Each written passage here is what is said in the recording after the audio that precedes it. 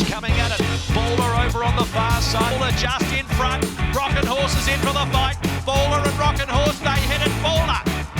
Welcome to this week's edition of the Final Gallop. It is episode 310 and as always is proudly supported by the Brisbane Airport Hotels Group.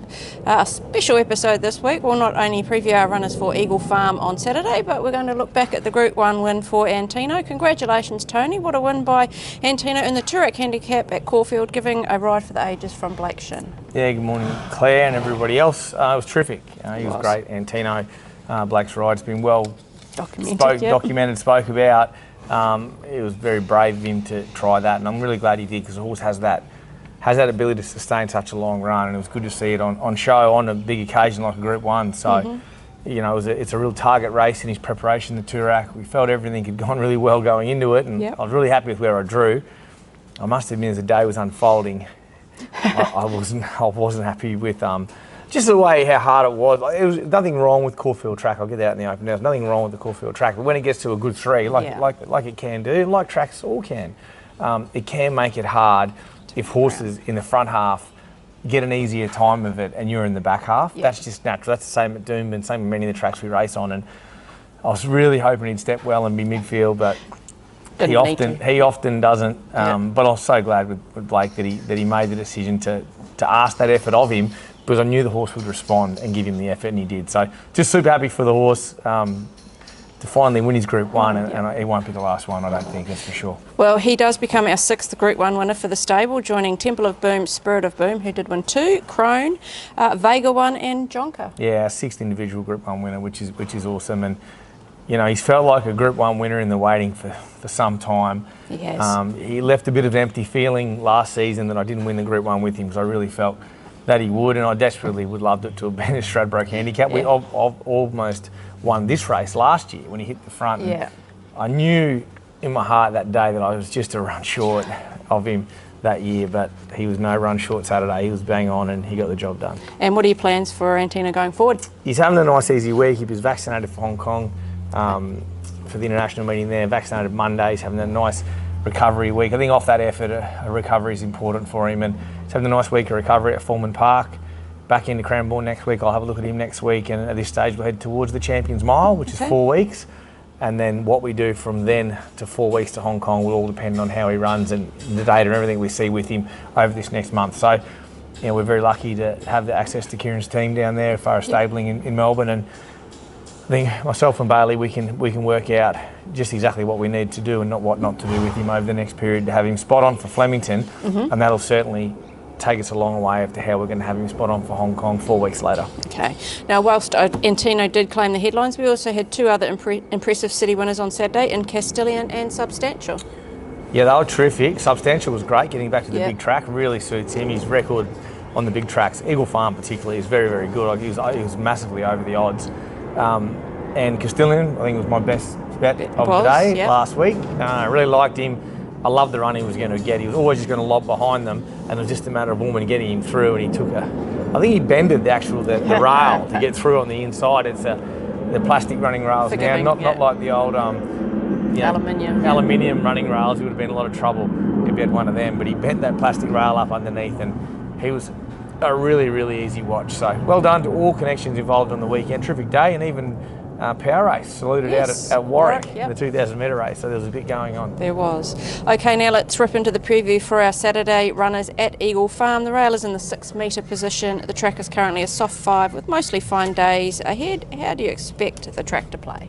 Yeah, I think it'll play really well. If anything, it'll play quite quick, I'd say. Play like good track like it should. It's only at 5 this morning off a little bit of rain we've had this week, so it's in good nick, Eagle Farm. It's bounced back now to where it was and where it needs to be. I'd imagine it'll play relatively true. Okay. We kick off in race 1, which is the Class 4 plate over the 1,000 metres. We have 2 on this. We'll start with Spiritualised, who's a good-looking fella standing behind us. Not you, Tony, the horse. He'll carry 60 kilos with Jimmy Ormond on board, barrier 6. First up for his latest preparation, and is the winner of the Magic Millions Rising Stars race last year. Had a nice jump out win at Doomben last week to bring him up to the mark. Yeah, he's in good nick. I've had 2 jump outs or trials with him back in off a good long layoff.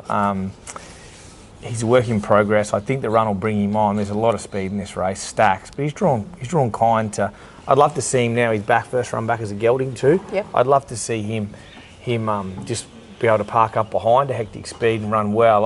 I'd imagine he might peak because I run very quick time here. He may peak late, but on the score of quality, he's the best horse in the race. There's no doubt. Like, you know, if all these horses, you know, God willing, are all still going around 12 months' time, he'll have a lot higher rating than all of these. Yep. So he's the best horse in the race, but he's probably going to be still a touch rusty this Saturday. But the good surface of Eagle Farm suits me, and he's ready to step up to this sort of gallop now. Okay, next one we have in this race is Instagood. She'll carry 54.5 kilos with Emily Lang's 2 kilo claim.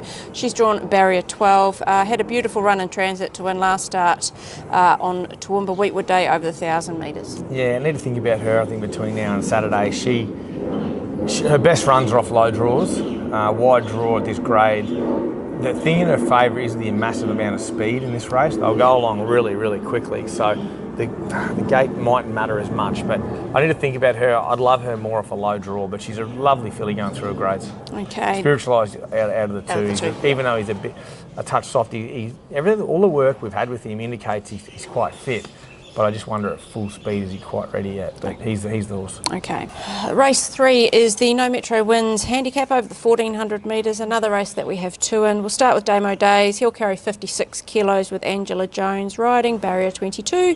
Came with a big run down the middle to win first up at Eagle Farm over the 1,200 metres, and will need to produce another big run again from that gate. Yeah, he's got an awful gate. He just loves Eagle Farm. It's his favourite track to race at. So I think it's 3 weeks between runs, I think, to this meeting, or thereabouts. Yeah, it is 3 weeks to this meeting. So it worked out all right, the 1,400. The next option for him was next week, 1,200 at Doomben. He hasn't just got as good a record at Doomben. So he's a horse that gets back anyway. So I'll probably ride him in the second half of the field and run on. He's a lovely horse. I don't know if I love him better at 1,400 or 1,200. Okay. I'd love next week's race to be at this track this week. Then I'd be fully happy. But he's in good order. He's come back really, really good this prep, and I think he's going better than what he was first up. He just feels good, the horse, but he will be back giving him a start, but he's got a really good finish. Okay, next runner is Ludovisi. He'll carry 52.5 kilos with Emily Lang's 2 kilo claim. Barry at 15. Third last start, went second up over this track and trip, and he had to cross over heels in the straight to find room. Yeah, I thought he should have finished closer. I thought we missed the boat on him a bit coming into the corner. Should have got on our bike and come in the 3 wide line and give him an uninterrupted run. He's not a horse that has a great turn of foot, so he wants to wind into his run, and I think Emily's claim gets him down really light in the weights here. She rode him first up. It was a terrific run in an unsuitable trip race, and I can see him running very well. He's drawn sort of just outside the middle-ish sort of area there, but he's a horse that blends in midfield or a touch worse anyway and runs on. So I think he can be a big improver, that horse. I'm just going to sit on the fence with this race. I think it's a very open race. They typically, Metro wins. I think it's very achievable for either horse. Okay. It'll just depend on tempo, etc. in the race. But both of mine are, Damo will be right back from his draw, and the other horse will be midfield-ish. But horses can certainly win from there at Eagle Farm. Okay. We go to race 5, which is the benchmark 78 handicap over the 1,600 metres. Cronenberg runs in this with 61 kilos. Ryan Maloney riding, barrier 1. Coming off a solid first up 5th over the 1,350 after a long layoff, and is drawn to get a nice run. Yeah, drawn to run really well. Roll forward of the speed here. He sort of sat behind them in a slow run race, and they sprinted the other day. He'd be far better suited to a mile up and rolling. His whole record at a mile is brilliant. So he's a massive improver, this horse. So give him 3 jump outs or tries leading into his first run, so he's bounced through that, and I think he's very well placed. Okay. We go to race 6, which is the Class 2 handicap over 1,200 metres. Another race with 2 in it. Exceed Speed's the first one we'll talk about. 56.5 kilos. Ryan Maloney rides, barrier 5. He is first up on Saturday after finishing his last preparation with back-to-back wins over the 1,350. Had a tick-over jump out last week after a trial a fortnight earlier. Yeah, he's in good order, this horse. Really happy with him. He looks great. He's come back well. Whether he wants it a bit further, I'm not sure, but gate 5 puts him into a good spot. He'll be somewhere 3rd, 4th, 5th, 6th, something like that, just park behind the speed, and he'll attack the line well. I think 1,200 on the big track suits him. Then you'll see him step up to the 1350s and get him out to a mile this time round. But he's a nice horse. He's come back a heaps better horse this prep. Yes. Next horse in the race is Torabella, 55 kilos. Angela Jones in the saddle, barrier 16. Won her first 2 starts, which was last preparation, is now first up for her latest campaign. Looked good in a trial a fortnight ago behind another really nice horse from our stable, Transatlantic. Yeah, lovely filly this. Just drawn to putrid here. I like the way at the trials today she was able to get back behind him and just hit the line really, really well. That horse trialled brilliant yesterday at Transatlantic. He jumped out well out there yesterday at Deegan. So she's in good order and she looks really well, looks much nicer this prep. The gate concerns me, but she's a better filly. And I've started her off a bit shorter. I think when I first started the race, I started her at 13.50 and she was really good. So I've gone a bit shorter because she feels a bit sharper to me this time round. I think she's this sort of distance to a mile. I don't know if I've got to go any further. So really happy with her. The gate's my only concern. So Exceed Speed goes on probably top? From the gate, but she probably feels the sharper horse. Okay. We go to race 9 now, which is the benchmark 70 handicap over 1,800 metres. Porky will run in this 57.5 kilos using Emily Lang's 2 kilo claim. Porky's drawn barrier 15, led from a wide gate last start over the Doomben Mile, only to be run down in the last 50. It's his first time out to 1,800. Yeah, and he's fit, very well, good order. He's enjoyed just stepping the work up a smidgen out of this distance, and I think at this benchmark 70 grade, I'd be kicking myself if I didn't try it. Yep.